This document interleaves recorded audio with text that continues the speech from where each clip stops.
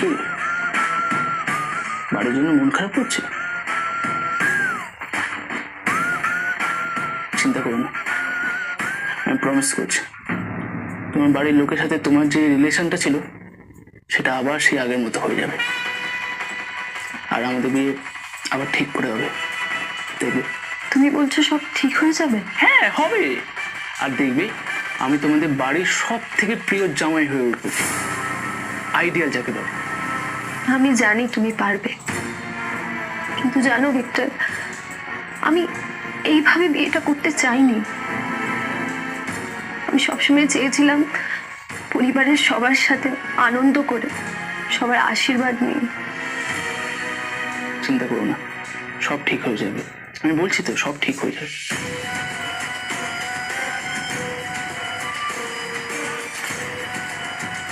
Victor তুম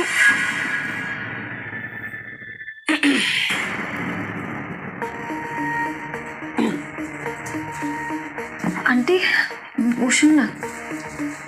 It's okay. It's okay.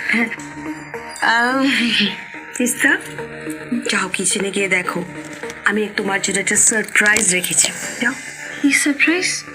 যাও না, নিচে গিয়ে দেখো।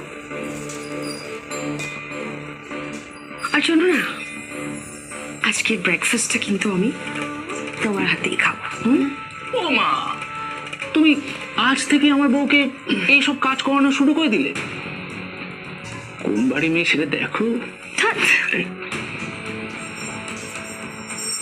High high high high high, this good না? ভিক্টর,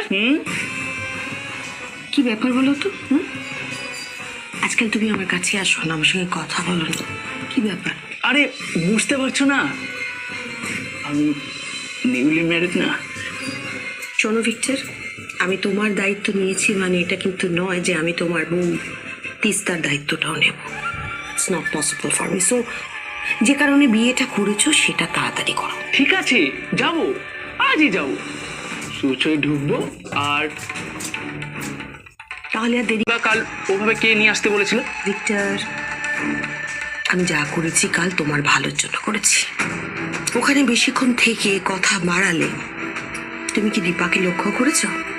ও কিন্তু সন্দেহ আরো বাড়ত। তারপর যাও, তাড়াতাড়ি ও বাড়িতে যাও, গিয়ে তোমার আর তিস্তার অধিকারটা বুঝে নাও।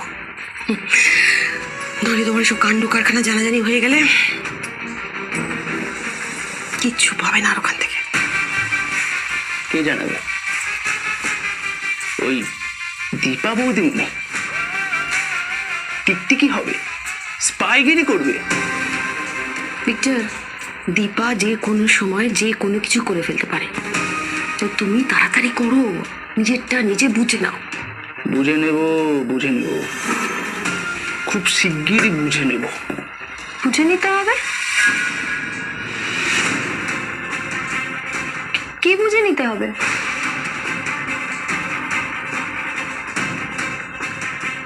কি নিয়ে কথা বলছিলে?